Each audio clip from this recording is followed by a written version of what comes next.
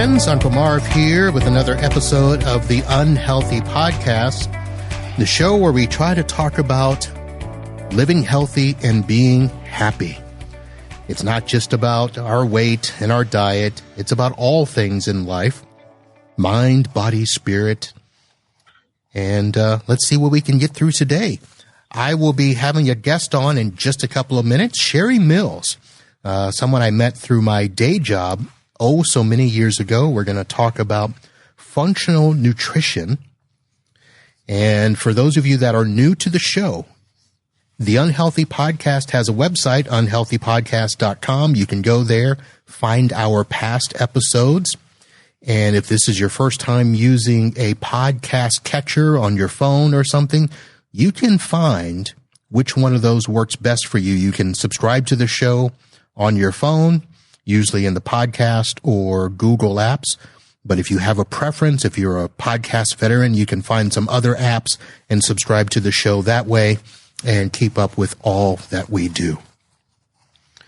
All right. So those of you that have been with me in the past couple of weeks or so, I've talked about my trip to the hospital. I've not shared too many details. I will be doing that. But one of the things that I will be sharing is how I'm so unhappy with our healthcare system the way that it is.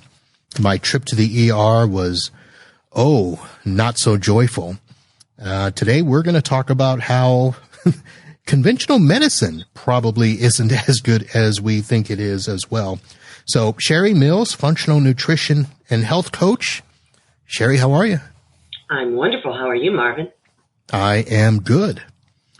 So when we met, 14, 15 years ago, did we ever think we'd be on a podcast talking about health? Absolutely not. Sheri and I were both in the tech space. I was doing basically what I do now, provide network support to businesses, and you were providing internet services and phone services and all the associated stuff. Absolutely. And did a pretty good job for some of my clients, so thank you for that. Thank you. So quickly tell us, because it's probably something that most people don't understand when they hear functional nutrition. Let's start with that. Okay. Well, functional means I take a holistic or functional approach to find the root cause of your chronic pain or illness and try to work from the inside out through nutrition, mindset, movement, proper supplementation, and to heal the body from within. Something we don't get in traditional medicine, do we? Well, we get a bunch of pills to put inside of us. Yes. We can get pills and we can get surgery, but we don't get discussions on lifestyle, or nutrition. All right. So you say functional or holistic. Now, I know that people have heard of the term holistic, but what made the change to bring in the word functional? Well, I went back to functional medicine school. Being a naturopath or a functional practitioner is taking that holistic approach to your body, where we bring in your body, mind, and spirit, and we heal it from the inside out. So we get to the root cause. We have different tests that we provide that your traditional doctor is never going to prescribe to you, to find out what those idiosyncrasies or inadequacies are within your body that need to be addressed. All right.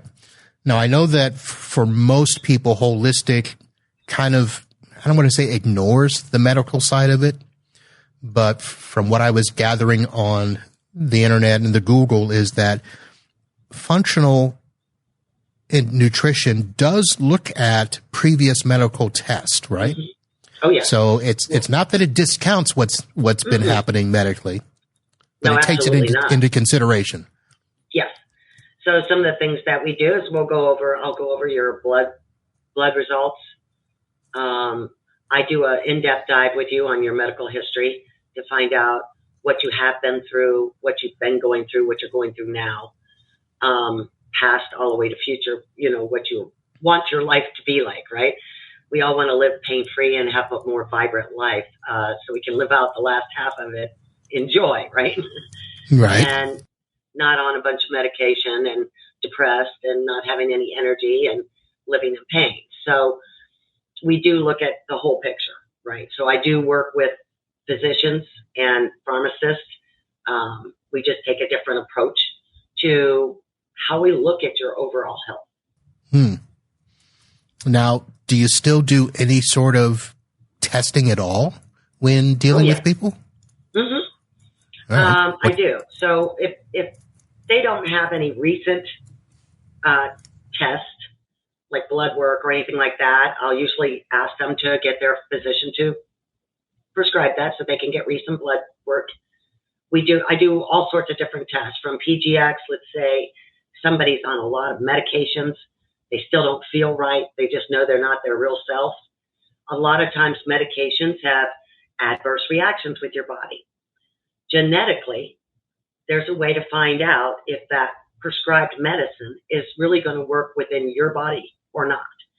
So PGX testing, really good, takes a pharmaceutical genetic test to find out what medicines do and do not work with you genetically. And a lot of times we can require them to change those prescriptions to other prescriptions. Maybe another company has a different modality of it, right? A different makeup of it that will present itself better in your body. That works really well. I do hormonal testing. I do genetic testing, food sensitivity testing, all sorts of different tests that we can find out if there's a toxicity in your body. Whatever your issues are could require one of these tests. And that helps us rein it in a little quicker than doing, let's say, a hit or miss on your diet and your movement and your supplementation. I like to know early on so that we can get to the healing stage quicker and your life becomes a sustainable lifestyle change over the time we work together. All right. So this seems a little bit more in depth than just simply filling out a chart when you walk into your doctor's office and they ask questions like, do you have any of this in your family history? Or do you have any allergies that you know of? And stuff like that. So a lot of this is going deep into each particular person's well-being, right? Absolutely. Everybody's made up a little different, right? Nobody reacts to the same medication the same. Nobody reacts to the same supplements the same. Nobody reacts to food the same. So you have to pinpoint and build something for just that person. So now if we're talking about doing a different type of test where it's the hormonal, it's the food testing and stuff, how much different, let me think of a nice way to say this, how much difference in cost is it to go that route as opposed to running to a regular hospital and getting those tests? Well, okay, so those tests typically don't get prescribed by a physician, so more than likely are not covered by any insurance. So if you have an insurance policy, and this is what I find as people age, they're looking for the inexpensive way. They won't do anything unless it's something that's covered by insurance, which takes them down a journey of not getting well, right? So it is an investment in your health to have some of these tests, but it is a way to find the root cause and find a way to start the healing. It's not covered by insurance. So that tends to be a problem in some attributes with some people. They don't like to spend the money, but some people are tired. Some people just want to feel better, and they're willing to take that step to invest in their health now, not later. And what I mean by that is if you invest in your health now and you start the healing process, we find out what's truly wrong and get the healing going so you can have more vibrancy and health freedom, right, later. Or you're going to pay for it with your own health, your own ability to be the person you want to be, do the things you want to do, and maybe fall into such a disease state that you can't climb back out of it. Now, the tests themselves, might be a little expensive, but I'll be honest, I've always been under the impression that holistic medicine, and if you're dealing with, people run to the Whole Foods store or one of those places and you just find, that natural medicine aisle, that those would be cheaper than dealing with our current medical system. Is that accurate or not? Well, our medical system isn't cheap. Somebody's paying for it, right? So the unfortunate thing about things you're going to pick off a shelf, no matter where it comes from, not all of them are really bioavailable for your body.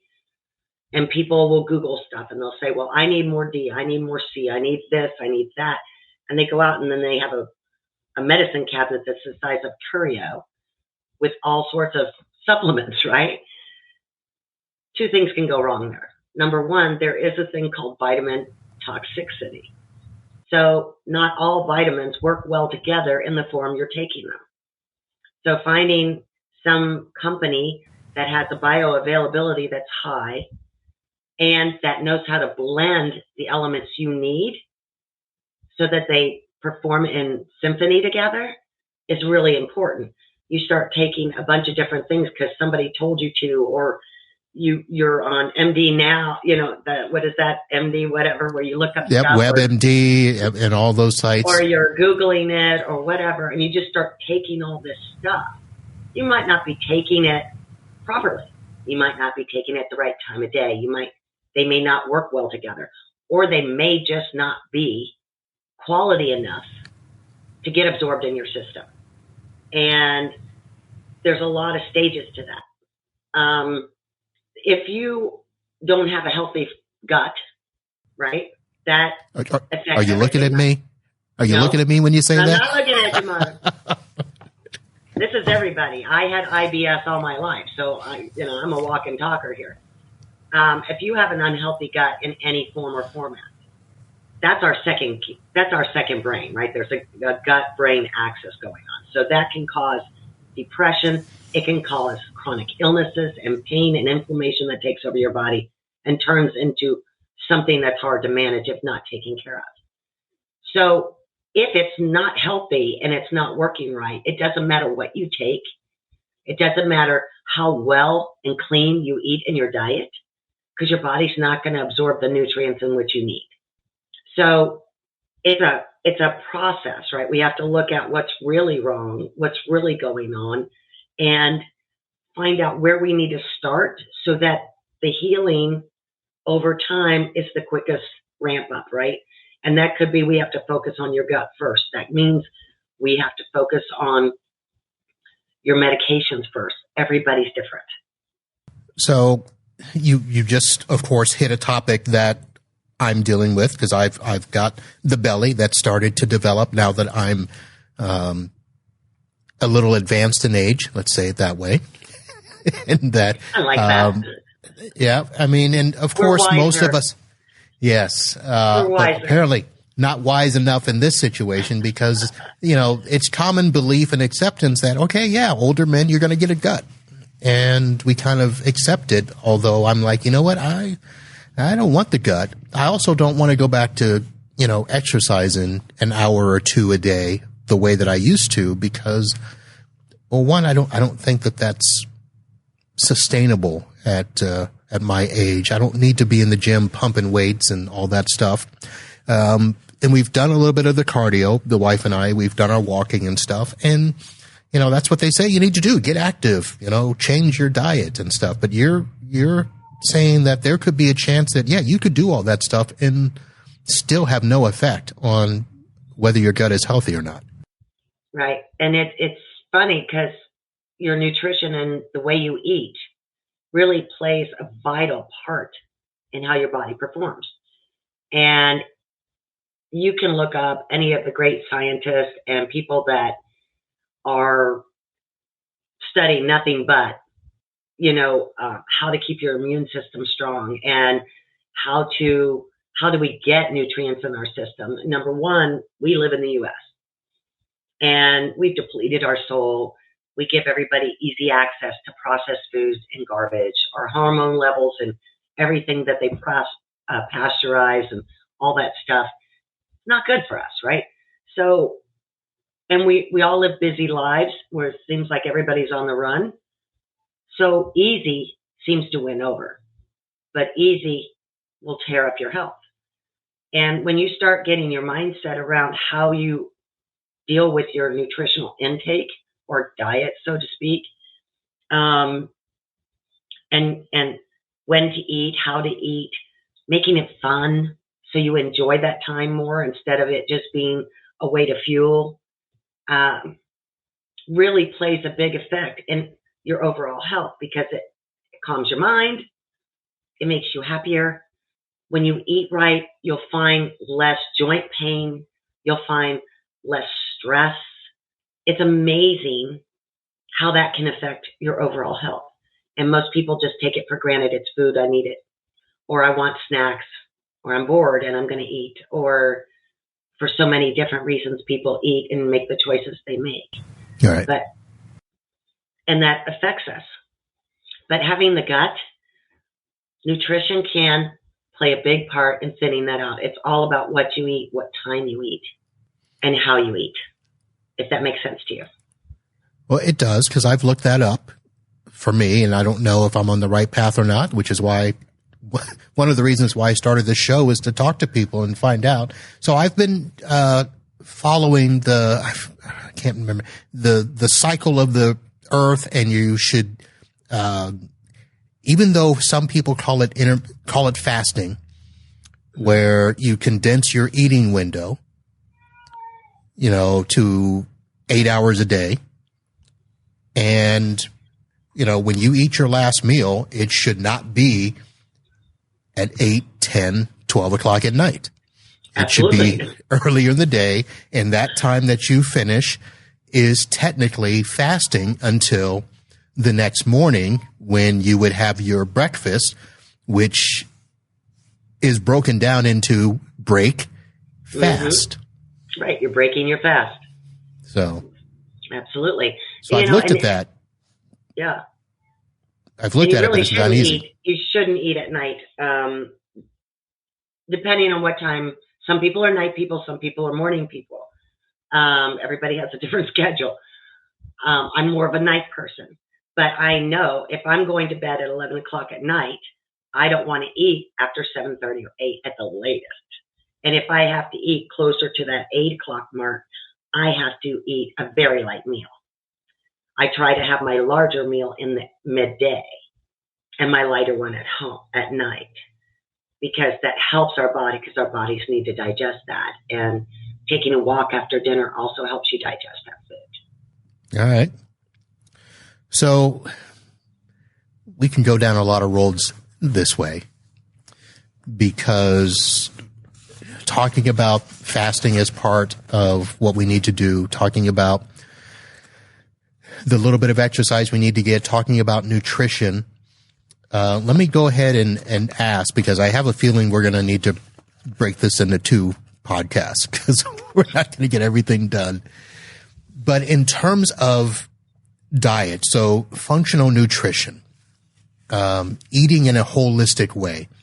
So I've looked at some websites in the past, and everybody's got a list of, the 10 foods you should eat to, speed up your metabolism and lose weight, or, the 10 foods to help you clear your body of toxins. And essentially they're all the lists are basically the same. Mm-hmm. And then they talk about adding in the spices of, turmeric and curcumin and stuff like that. So how does functional nutrition look when compared to those types of things you find online? There's a lot of similarities. Functional just means that we take a holistic, here I go with the holistic. It's a pointed way to look at your body internally from the inside out, right? Okay. So we're not just concerned with, yes, I want to know what your goals are, right? And I want to know a history. I have a very long intake form, probably longer than the doctor's. So I want people to take time with it, because that gets me that lets me know who you are, what you've been through, what your goals are. And I can look at that and say, okay, maybe they've got multiple things. This is where we need to start. So we look at the right framework of where to start and where to take you instead of just, let's jump on all of it. So like if you go into the doctor's office and you complain about 5 different things, they're going to try to give you 5 different medicines, right? So we may be able to fix the other 3 things if we take care of 1 and 2. So if we pinpoint our direction on the first couple that are really something that we can work our way through to get to the other ones, and they'll all work together and just, your body starts healing. So that's really what function is. You know, we take a proactive approach to finding what is the best way we can get from point A to point B. But we need to look at these, let's say, 5 things that are issues. Okay, so these 2 we'll look at a little bit later, but these 3 we can attack right now. And I think these other 2 are just going to fade away when we fix these. Instead of just throwing something at a problem, we take a look at it all and find out which way makes sense to start your health journey. Now, how long does that usually take? Because I know that, you know, most of the problems or programs are 30 days to a healthier you. But it sounds like, you know, we're always told just follow this simple plan. And we're finding out that no, everybody can't follow the same simple plan.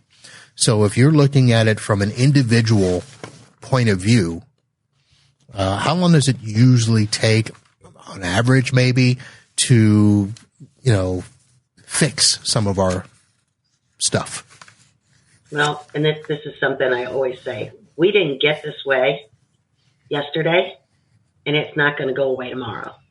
Everybody wants a quick fix, and that's why there's such things as diets, which I don't believe in, because let's say you're going on a diet to lose weight. Well, what we lose, we eventually find, right? And usually we find with more pounds when we're going for a weight loss diet, let's say. But it's a lifestyle adjustment. If you want a road to a healthier you, it's a lifestyle adjustment. And I remember always being told, if you do something for 6 weeks, it becomes a habit. But it takes longer for a lifestyle adjustment to really become not so much a habit. Nobody likes to hear the word habit.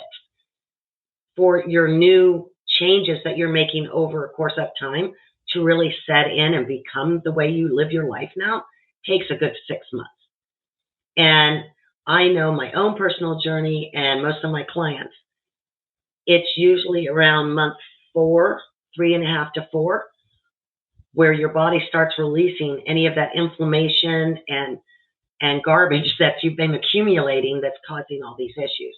And that's when the real feel good starts happening and what you're seeing. So if, for instance, I have a friend that was facing double knee replacement, could hardly walk. It was a battle, get him away from the deli at the grocery store and stuff like that. There's nothing healthy about the deli. It's all processed food. Turkeys aren't this big with, you know, breasts that are like 40-pound ball that they slice off, right? So once we got past his bad habits and he started acclimating to a newer, cleaner diet, he had started losing some weight, but within the first 3.5 months, I think he'd lost maybe 45 pounds. But over 10 months, he lost 115. It started ripping off of him around month 4. It was crazy. And he no longer needs knee replacement. It's a beautiful story. So it's all about wrapping your head around changes that are going to lengthen your life on this earth, that's going to make your time here much more enjoyable. And it's like I have always had a bucket list, right? And I know we'll get to my story at some point, but right now, I wasn't looking at any of those things being able to accomplish them until 3 years ago. And now my bucket list is growing even bigger, and I'm going to make all of those things happen. All right. Well, you just referenced. Go ahead. Mm-hmm. No, go ahead. I was going to say you just referenced your story, which I do want to get to. But before we do that, let me ask you this, because you hit on a couple of things. 3 to 4 months before somebody starts to see stuff, and the fact that we are in this microwave society. We are in the 30-minute sitcom, 1 hour drama where things are supposed to happen fast. I mean, we can catch serial killers in 48 hours. Why can't we lose 10 pounds? How difficult is it, or how often do you see people not be willing to wait the 3 or 4 months? I don't, because I'm going to work with the people that are really got their heart and their mind into it. So by the time they get to you, they're willing to commit. Yeah. I mean, I have conversations with people all the time, and if they're not willing to commit to that time frame, then they're not going to work my program, and it's not going to be effective for them. So everybody wants a quick fix. Everybody wants to lose weight. You see it all over if you play games on your phone, and those ads come up, and somebody's got a new gummy out there, and somebody lost 100 pounds in 4 months. Not healthy, but 4 months is a little bit stretching it. I don't believe it. No, 4 weeks. Someone said they lost 100 pounds. That would put somebody in the hospital. You can lose 35 pounds in 3 weeks taking a gummy. If you want to go that route, you're going to waste your money. You're going to waste your time, and your mind is never going to be wrapped around a healthier lifestyle. You're looking for a quick fix that is not going to be sustainable. Every diet you go on, as soon as you get off of it, or you think you're taking a medication to help you lose weight, and it's not sustainable either, you're going to jump off of it at some point. You will blow right back up because you have not changed what you do. Okay, so that brings me to the next point, where this is a lifestyle change, not necessarily a program, right? Because you're right, like we've heard, if you're taking this pill to lose weight, as soon as you stop taking the pill, it comes back. Or if you do a program, you get off the program, it goes back. Or now they have this, you have to go get a shot once a year or whatever. I should be paying more attention to those commercials. I don't, but it's usually once a month, but after a while you can't take it anymore. You can't take it anymore? You don't want to be on some of these prescriptions that are saying, you can still do whatever you want, but you just take this shot once a month. Oh. But that's what people want to hear. That's what people want to hear to make their life easy. Right. So, all right, let me ask this one question, and then we're going to have to probably adjust where we were going. You mentioned going to the deli. Mm-hmm. So one of the hardest things I think it is for us to do is to shop for ourselves, shop healthy. And it used to be said that, well, if you stayed along the outside edges of the grocery store, you'd be fine. You head over to the fresh fruits and vegetables, you head over to, anything on the outside, and those inside aisles are all where your processed and boxed and fake food is and stuff like that. So, of course, the deli is on the outer edge of the grocery store, right? So is the bakery. Well, I was going to skip the bakery because I know too much of that is a problem. That's one of my vices. I'll admit it. But we think we're getting healthier meat at the deli, and we're not? No. It may look like your turkey or your roast beef. Right. Let's think about it. There's no such animal. How many of these oversized animals are there to be in all these delis? This stuff is actually pretty much minced up and put back together again so it can come in this perfectly formed thing that they can slice from. I just heard it's got chemicals in it. It's got things to make it last longer. It's got things you don't want to know about. that you shouldn't have in your body. Purdue says no antibiotics ever. Oh, okay. Well, yes, but they're not in the deli. Oh, right? okay. Okay, so they're raising their chickens, and it's packaged in the meat department. Okay. So the deli has sliced meat. Right. That's not normal. Okay, but isn't there... You buy chickens, your thighs and everything can be big or small, or, you know, they come in different sizes because the birds are different, right? Well, no, all our chicken wings are the same size. They're uniform. No, they're not. No, they're not. You can get little ones. You can get bigger ones. Oh, but they should be different sizes. You know, and everybody says, well, I'm not rolling it in bread. I'm just wrapping cheese around it. No. Cook your own food. I'm a big believer in meal prep. Fix your own food. And you can make it exciting. You can make it in different spices. You can take a couple chickens and cook them up and shred them and put different spices in them for different kinds of food. You can do Thai flavor. You can do barbecue. You can do whatever. Make your own spices, your own little recipes, and have them. You can have them all different ways, right? So there's all sorts of ways to live healthier that doesn't take a lot of time. I know when I first went on my journey and I figured out meal prep, it saved my life. Because most of us work during the week. We go grocery shopping on the weekend, right? So you go grocery shopping for what you're going to plan out for the next week or two, depending on the size of your household. And then I'd come home and I'd meal prep.